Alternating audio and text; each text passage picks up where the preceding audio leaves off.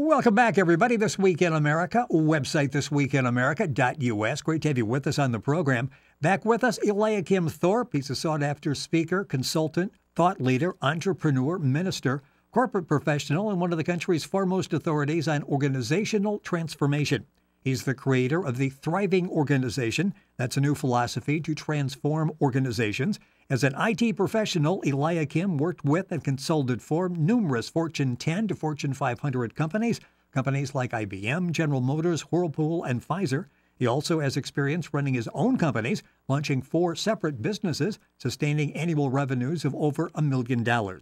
He's an ordained minister with the B.S. in Biblical Studies from Indiana Wesleyan University. Eliakim Thorpe continues to work with businesses and corporations, and he's back with us on This Week in America. Eliakim, welcome back to the program. Great to have you with us again. Thank you. It's a pleasure to be with you, Rick. Thank you for having me on your show again today. It is our pleasure. This is such an exciting organizational chart, organizational philosophy that you've developed here. Let's talk specifically about this. I mentioned a new philosophy, and you've talked about it's really time we need to reassess the business model. The bottom line must not be solely measured according to profit margin. Talk about where we are and where thriving fits in. Well, I have to kind of start using my background, and obviously you highlighted that I had quite a bit of experience working in corporate America. And I worked in corporate America for nearly 20 years, and I did very well, was very successful in my specific profession as a senior network architect or senior network engineer in the field of information technology.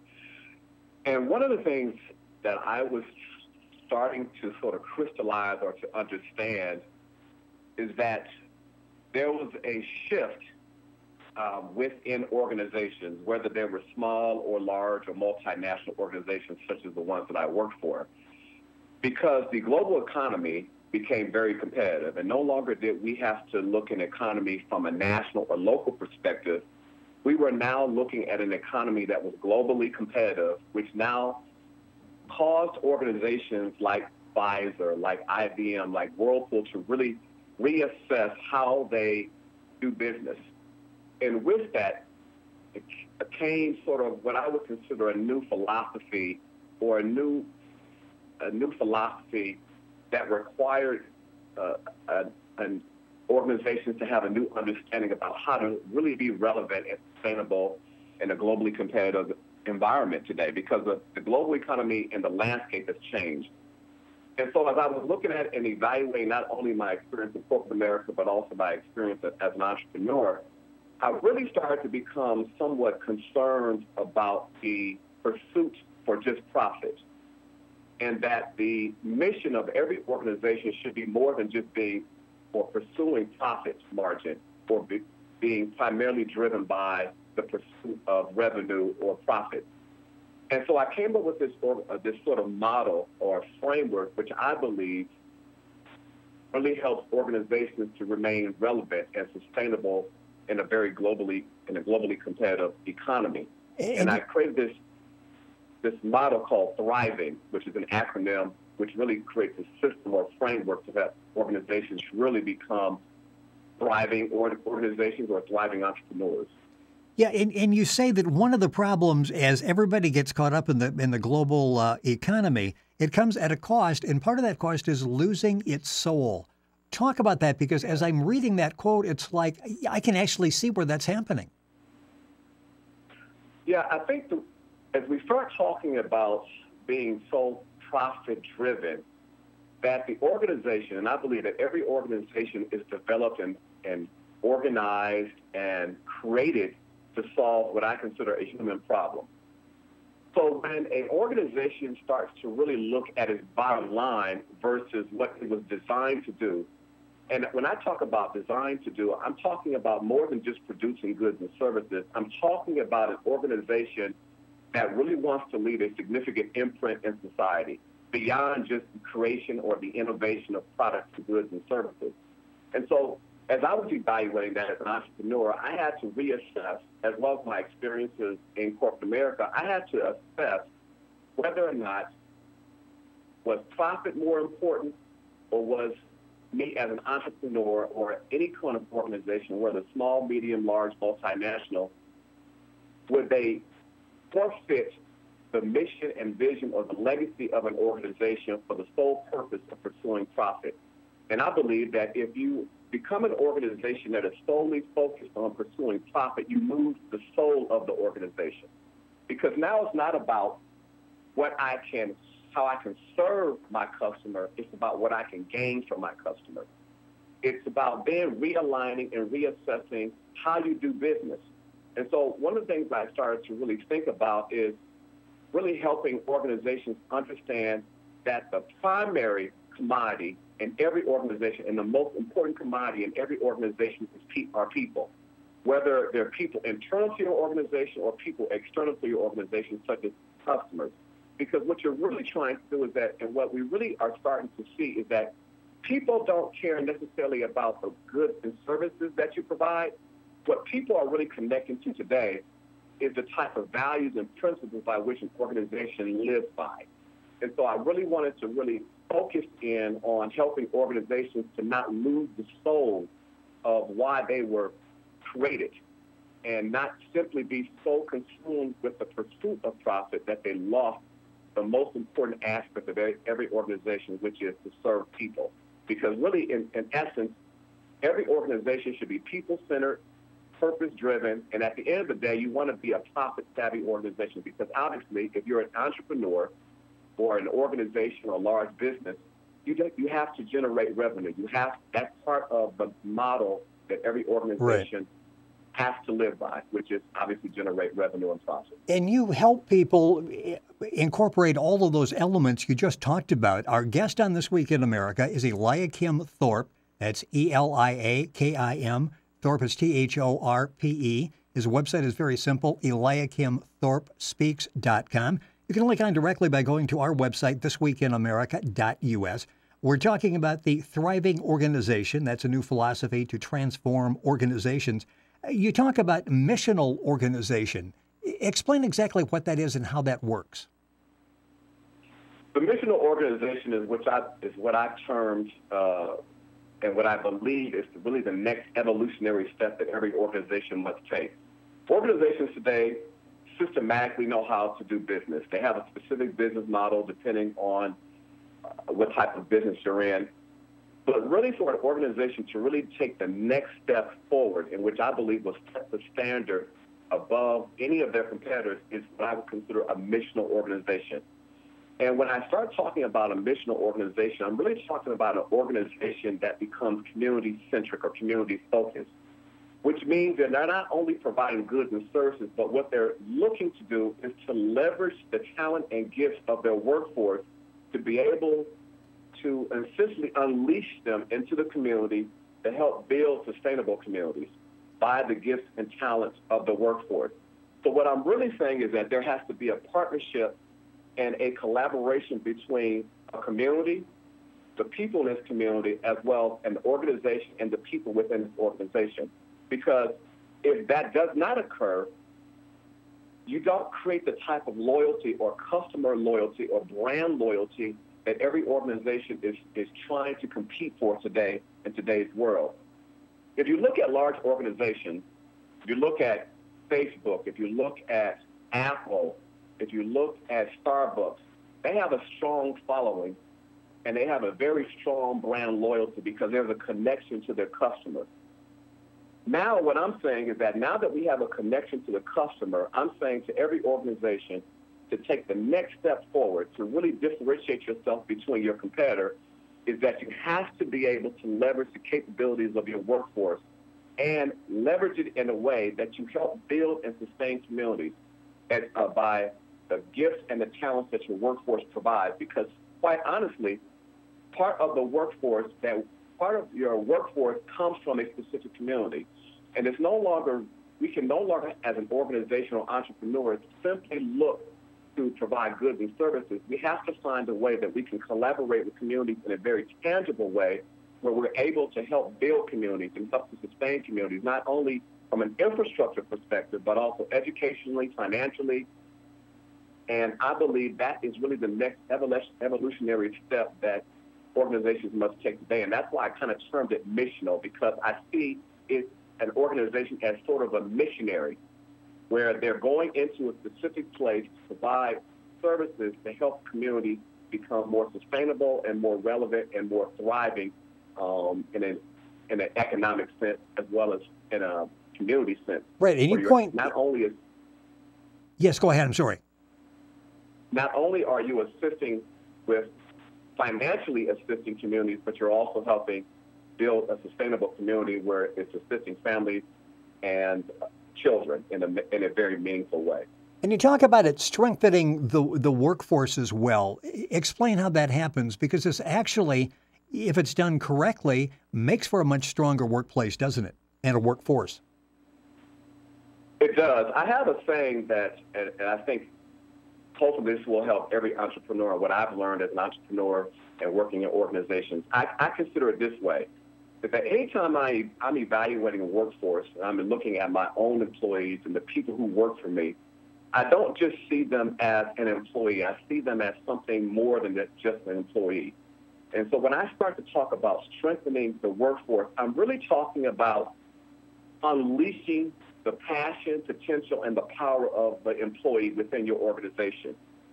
Because oftentimes, because we live in a society today where we have a very competitive global economy, there are, in my experience, I found that employees sometimes find themselves restricted from really leveraging their gifts in a very meaningful way, because there are so many processes and methodologies within organizations that sort of, in some respects, shackle the employee from being able to really leverage their greatness within them.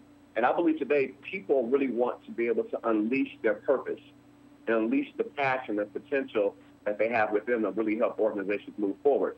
So one of the things I think that's very important is that every organization is responsible for helping people discover purpose, passion, and potential within an organization. And if you can do that, you start to really mobilize your workforce in a very meaningful way, and you also start to really leverage their gifts. And now you have a passionate workforce that now is willing to follow the vision of an organization, because when you have a passionate workforce, you create a new momentum within the organization that can take, that can go to the next level. Right. Eliakim Thorpe. I think it's very important. And you do an excellent job and a lot of great information at the website, Eliakim Thorpe. His website is eliakimthorpespeaks.com. You can log on to our website, thisweekinamerica.us, and go directly there. So much information at the website. We're talking specifically about thriving organization. Time going by too quickly, but you talk about the up model to harness the power of each employee. Give us an example of what you can do to, one example of how you can actually harness the power of an employee and see that transformational change. One of the things I've seen in my own organization and what I've learned, and the up model is kind of what I kind of discussed a little earlier about being able to unleash people's purpose and passion. And one of the things as an entrepreneur, I'm always assessing the skills and talents and gifts of my employees. So there's a very simple formula that I use as I'm assessing it. It's employ will and power skill. Because one of the things that I've learned as an entrepreneur is that you can have the most skilled employee, the most intelligent employee who has all of the skill set, but something that you cannot teach is the will of an employee, which means that an employee who's directly connected to the vision and mission of your organization. So as an entrepreneur, one of the things that I've done to help unleash people to really find their place in my organization is that I've tried to use a model by employing someone based upon their will, meaning that they have a passion to work for my organization because they believe in the mission, vision of my organization.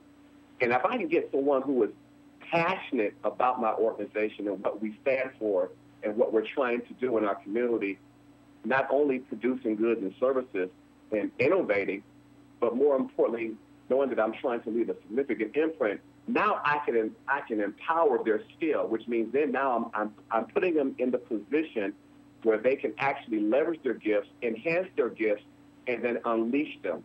Because I believe that if we empower people and empower our workforce, then you're now having people operate at a supernatural point of view, meaning that they're now operating based upon the gifts that they have within themselves that they want to now give to everyone else. And now they become more of a servant versus someone who's just there to work and work the 40 hours. And so now I'm looking at more servant type of workforce that is designed to serve others. And that's the best way I could really explain it in terms of how to really unleash your people, is that you got to put them in the position where you find that they're passionate. And if you can find people who are passionate within your organization and you position them properly, then you're going to get the most out of that individual. And I've found that in my organization, that if I position people in the right place and I know they're passionate about it, now I'm actually getting the most out of my workforce. Eliakim Thorpe with us on This Week in America. His website is very simple, eliakimthorpe.com. EliakimThorpeSpeaks.com. EliakimThorpeSpeaks.com. You can log on to our website, thisweekinamerica.us, and get there as well. A couple of minutes left in the program. One thing you discuss is the value and payoff of encouraging personal growth, not just personal gain, in employees. And I'm sure as you're talking to business people, they want to understand value and payoff. We could probably spend a whole half an hour talking about that, but very briefly, are you able to see that there is a value and a payoff as you see personal growth in your employees? There is a value with people who are personally growing in your organization. One of the things that I've started to understand is that people are not necessarily motivated by money. They're motivated by meaning. And so when you can connect people to purpose and something that's meaningful to them, then the value and the payoff is much greater as an organization, because now you have people who are operating at the highest level. There is a greater efficiency. You're able to produce more. You're able to innovate. You're able to leverage your workforce in a more meaningful way. You have a cohesiveness within your organization. You have greater synergy because now people understand that they're growing within their organization, not simply about gaining in their organization, where they're looking and focused about their position within the organization. They understand now that there's an investment between the entrepreneur or the organization and them. And when people know that there's an investment in them and that the organization cares about them, then you start to see a greater level of productivity within your workforce. And so that's been very important. And as I have seen and have implemented in my own organization, I've seen greater output. I've seen greater retention of my employees.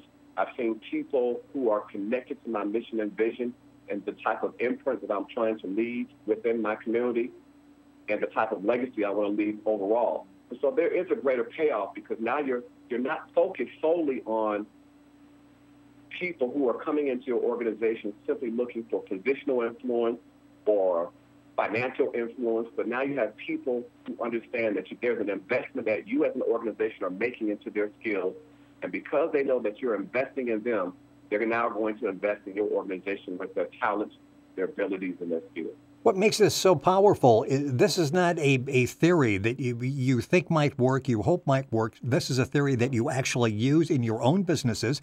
Our guest on the program, once again, has been Eliakim Thorpe, Eliakim Thorpe. That's T.H.R.I.V.I.N.G. The website is EliakimThorpeSpeaks.com. Go to our website, thisweekinamerica.us, and you can link on directly to the website.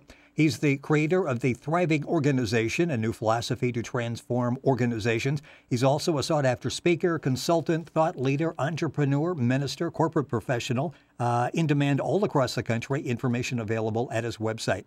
Eliakim, time always goes by so quickly. A fascinating discussion today. Thank you so much for joining us on the program. Look forward to having you back with us. Thank you.